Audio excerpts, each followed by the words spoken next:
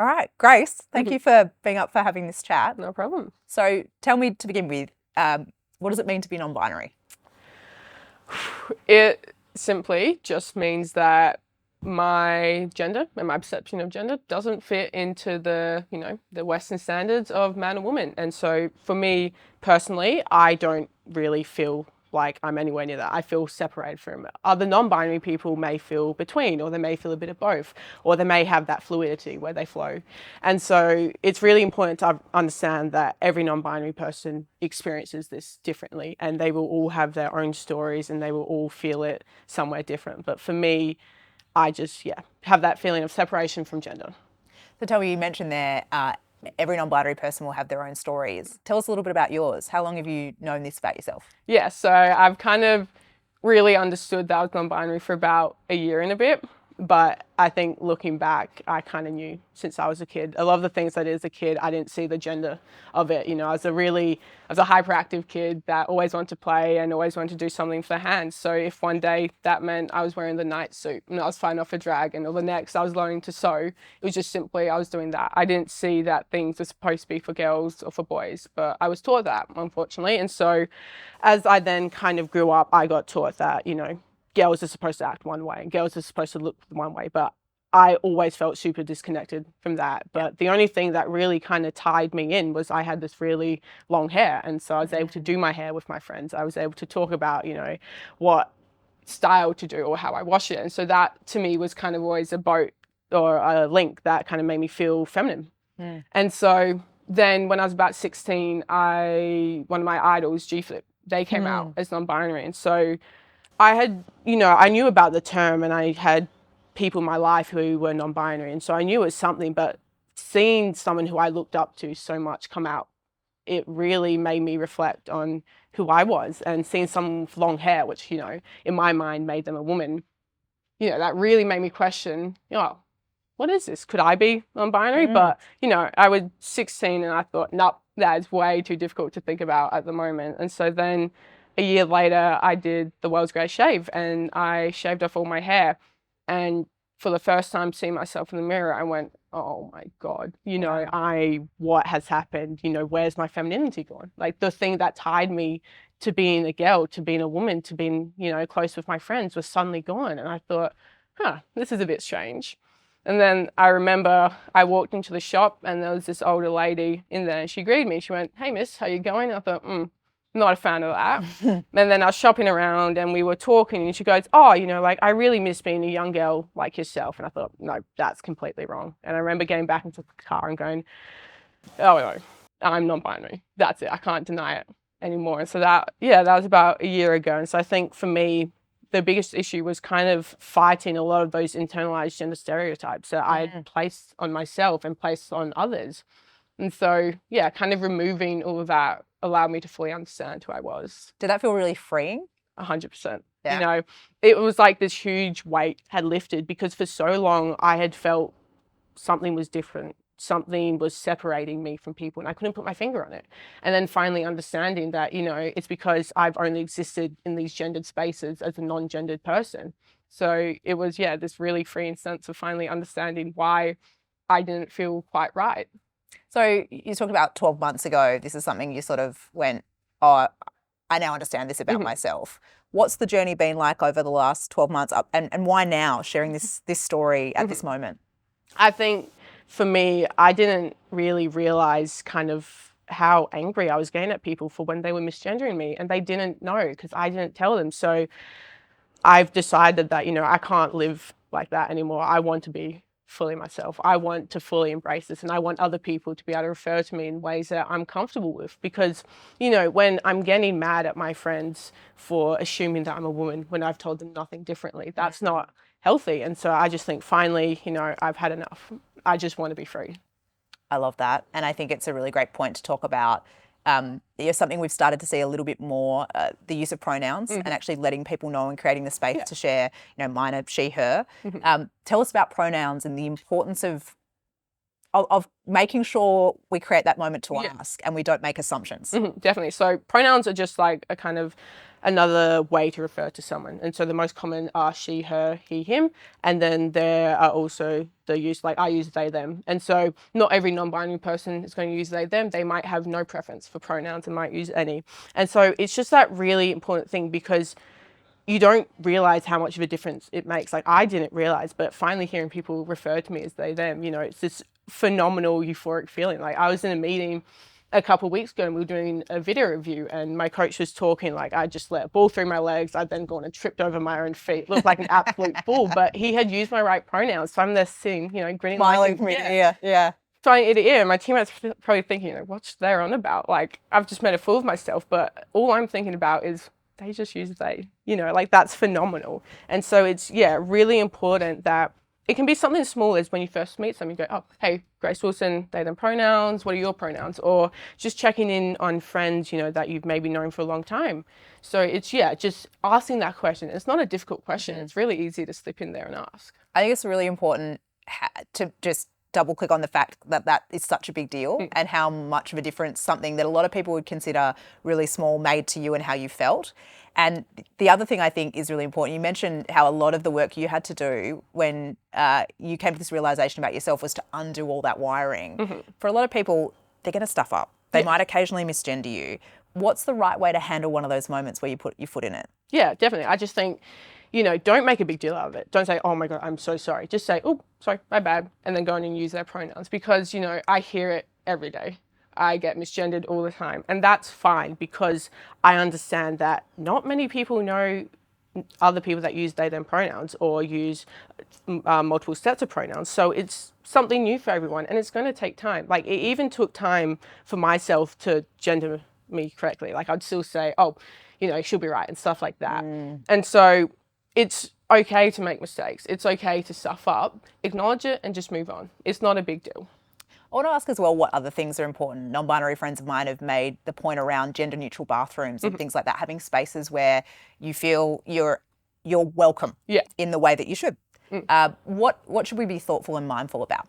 I definitely think gender-neutral bathrooms should be a must, and they are popping up more and more, except they're also the disabled bathrooms. So then it's that thing of, I don't want to invade a space where someone with a disability needs to use that. And then I also don't feel comfortable going into the female bathroom. So it's, you know, more change has to be made to, you know, have more gender neutral bathrooms. And I was really fortunate at school that we had gender neutral bathrooms, because I had known other non-binary kids who would just wait until they got home to use the bathroom. And that is not healthy. You know, it's going to cause long-term issues. And so making sure that also then in group settings, you're not making things exclusively gendered. You know, I do play on a women's soccer team, but there are ways around that you can make that non-gendered, you know, like using terms like team, crew, referring to the color team you're on instead of saying girls, ladies, and all of that. So just changing some language in situations to make it more gender neutral. And because that's also then just making more inclusive for everyone, regardless. I think it's such a great point. And you brought up football, of course.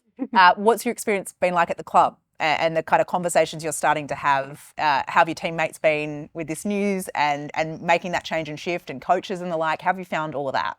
Well, I actually just came out to the team this morning. Wow. Yeah. So it's That's a big moment. How are you feeling? I felt phenomenal. I was smiling ear to ear the whole way home. Was it scary to do? Oh, it was terrifying. Yeah? It was. It's And what made it scary, if I can ask? Was it the reaction, or was it just actually saying that in front of such a big group of people for the first time? Because I think I've always refrained from saying I'm non-binary. Like, there's always been this notion that labels and stuff like that can be a bit of a negative. You know, like growing up, I would never refer to myself as lesbian, because that was a word that had been turned into a dirty concept. And with non-binary, you know, that's kind of been this term that has been, you know, a lot of people make fun of it because they're like, oh, well, if you're non-binary, then my pronouns are attack helicopter, stuff like that. Yeah. So it is, from my experience, I have had, you know, struggled to clearly say my labels, but I think I was just more scared because this is, you know, such a big moment for me, and this is the first kind of step in my journey. But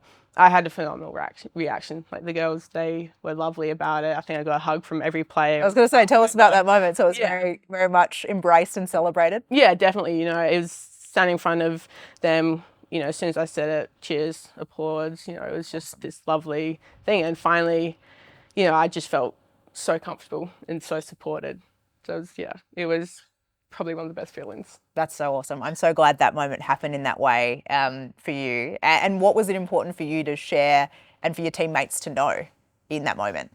I think just first and foremost, letting them know that I'm non-binary, that I use they, them pronouns, and that, it's okay for them to make mistakes when they're going to start trying to shift to it, and that I'm here for any questions they have about it. Like, ask questions, please do, because the more we can talk about it, the more you can understand, the more that, you can maybe look around your circle and go, my friends, my siblings, my cousins, my partners, they're starting to feel like this, and so it's going to be able to create ongoing conversations that they can have outside. Absolutely. And so with this platform, if people watching this take away one thing, what would you like them to leave watching this knowing or doing differently? Just to understand that it is a real thing. It's not this made up concept that people make fun of online, and it is, really important to me, because you might go your whole life and your gender is just simply that. But for someone like myself who's genderqueer, it's so much more, encompasses so much more of what I do day to day. So it's a really important thing for me. It's not something small, it's massive. And so just understand that, if you have non-binary people in your life, that they are going through a completely different story. They are going through a completely different world, and it is, it's a very challenging one, and that there are a lot of struggles, but it's also really rewarding. It's really rewarding when someone uses my pronouns, right? Or when I wear the right clothes, or when I have gender dysphoria around my chest, so when I bind my chest and stuff like that. So that's just, it's a difficult thing, but it's also something that needs to be celebrated. Absolutely. Can I ask, you use the term gender dysphoria there. For people who haven't heard that before, what does that mean? So it is a medical term that describes discomfort in your physical body in relation to your gender. And it's also quite an inaccessible thing, because at the moment there are a lot of barriers for, trans people to get hormone replacement therapy or to get gender affirming care, like top surgery or bottom surgery. And so I think understanding that it is a really big issue and challenge, and it's not as simple as, someone's a bit self-conscious, but it's actually a very deep-rooted, dislike about something, and it's just, our body doesn't match how we see ourselves, and that causes a lot of issues. Yeah. And what would you like people to know about that, I guess, in terms of what they can do or how they can be more understanding? Yeah, so I think first and foremost, understanding that this is a very legitimate issue, and that it is something that causes a lot of mental health issues, a lot of depression, anxiety, and it is something that is very difficult to overcome. And so just offering your support if someone's feeling, extra dysphoric one day, saying, look, what can I do to help you? And also then celebrating when they're feeling euphoric, if they start changing their style, maybe comment on that. Say, look, you're looking fantastic. Love how confident you look and you feel. So just really celebrating the little wins and being there if, they're really struggling. Could I ask as well, like when it comes to being a footballer, have you faced any barriers or challenges when it comes to being non-binary? Yes, it's because it's obviously a binary sport where there's a men's and a women's team. So I can't escape the use of gendered language, no matter how hard I try. And so it's also very difficult because I don't want to intrude on obviously the women's team, because, gender is something to be celebrated, and they deserve to celebrate, their femininity. So it's that balance of having people respect me, but me also respecting them. And then obviously, people just assuming that I'm a woman because I play in the women's team, and then getting those people saying like, why do you deserve to play there if you don't identify as a woman? Well, it's simply because this is where I choose. This is where I feel most comfortable. And then on top of that, I can't have access to a lot of those gender affirming care because it's a wild recovery time for top surgeries, 3 to 6 months. I can't take that time off. So that's a bit of a barrier, but it's a trade-off I give. I'm able to play the sport that I love every day. So that's pretty wonderful. Yeah. Yeah. You mentioned the role of the club. I mean, obviously within sport, you're playing clubs your entire life. Yeah. I mean, how important, I'm thinking about people that are watching this that might be playing at a community club level, or that might be in charge of a school team, or involved in sport or in community groups in some way, shape or form. How important is it for them to do the work to understand? And then what are some things you'd encourage them to think about doing that can make their club or community group more welcoming and inclusive? Yeah, it's so important that they have a good understanding of not just non-binary, but the whole queer community. Because unfortunately, a lot of LGBTQ plus kids drop out of sport because it's either it doesn't isn't able to reflect their gender identity, or they just don't have a good experience. So it's really important that from a young age we can foster these really positive environments, and so that we can have more queer kids coming through, because it's, too many leave the sport that they love, and the more the merrier, and also making sure that we're just inclusive with our language, because it is, like I've said, it is a binary sport, but there are ways around that we can make it more inclusive. Because what I found is that just existing in these heavily gendered spaces is really taxing. I haven't been able to exist in a space where gender isn't an issue. Gender is just something that you are. But so that's why it's really important that these community clubs and that these community spaces really are inclusive and are for everyone. Because, I can't escape that I'm in a women's team. I can't change that, and that's always going to be part of me. And, I'm not ashamed of that, but I just do wish that somewhere in the future, it wasn't based off gender, and that we were just able to exist, as who we are. But yeah, that's why it's super important that the language we use is, more gender neutral, more inclusive, and just making sure that everyone feels like they're in a safe space and feels like they can be who they are. I think one of the most astonishing stats when I got involved with Pride Cup was that only 6% of the LGBTIQA community play sport because they don't feel safe and they don't feel welcome, which I share with people a lot because I think it surprises them. Does it surprise you?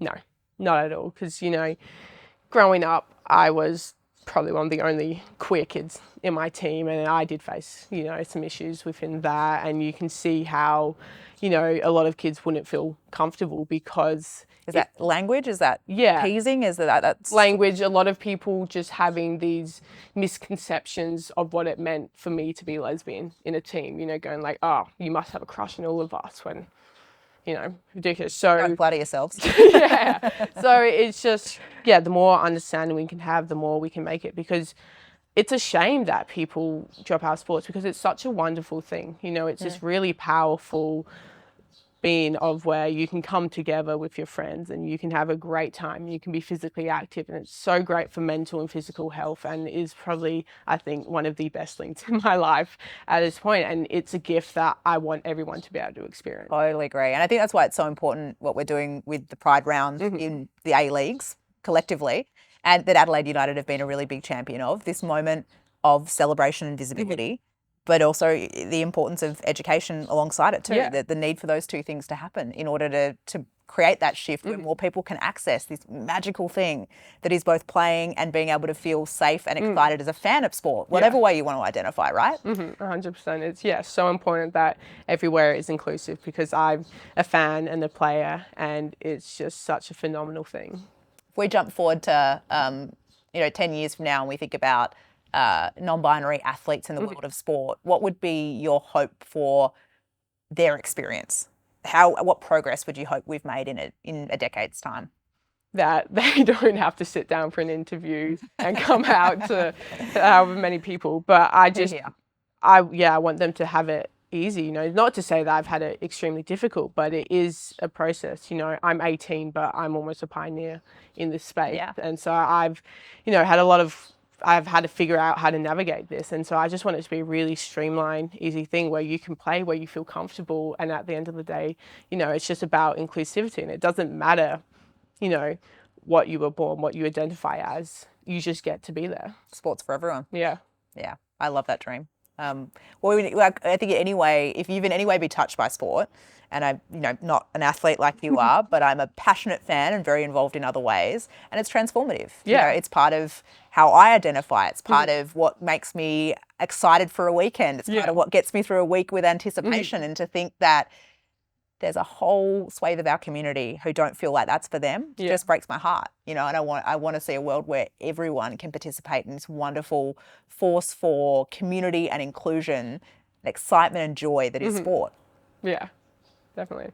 And thinking back to the World Cup, what an atmosphere. What a moment. Yeah, it was phenomenal. And, getting to see the games. And I think, you know, obviously the women's side of soccer is quite progressive in terms, you know, have a lot of openly gay and lesbian players. And so, you know, you already start to see that shift in inclusivity. You know, a lot of queer people are able to find themselves in women's soccer. So I think, you know, I don't want that just to be women's soccer. I just want it to be sports in general. Yes, here. No, and it's true, right? You look at that team and even the normalising of their relationships being talked about and things like that. A couple of years ago, I don't remember anything happening like that. Now we're seeing that covered in mainstream news, and that is such exciting progress to see that and see more of that coverage, and to think, to your point, the absence of growing up, being able to see yourself in stories, to be able to see yourself in what was happening on the pitch. It matters. It matters that we are changing that, because, you know, there's often that line, we need to see it so we can be it. There's real power in making sure we're actively changing the stories that we're telling and the role models that we've got. Yeah, 100%. And you're doing that. Yeah. And I know that if I had, you know, more non-binary and queer role models growing up, that it wouldn't have taken me 17 years to figure this out. It would have been a lot more easy, and it wouldn't have been such an isolating experience. And so that's really why I want to do this, because I want to reassure people that they are not alone in this, that they may feel different from everyone else, but that doesn't mean that they have to be isolated or they have to be alone. It's something to celebrate. You know, diversity makes the world such a wonderful place. Hell yeah, it does. It'd be so boring if we're all the same. Yeah. Honestly, like, who wants to live in that? You know, I love our difference. Our difference is what makes us unique, but also what makes life interesting, and what makes teams work, for that matter too. I mean, there's so much literature around high-performing teams, and the fact that, you know, if you've got all the same type of person or all the same type of player, you're not going to get a great outcome, right? So this applies to high performance just as much as it applies to what we want in our communities. Yeah, definitely. Well, I just want to say thank you for being you, and for telling your story and owning your truth, and for giving us the opportunity to, through your platform, hopefully inspire, educate, and reach a lot more people. It's really significant what you're doing. Yeah, well, thank you so much for being able to sit here and listen to me ramble.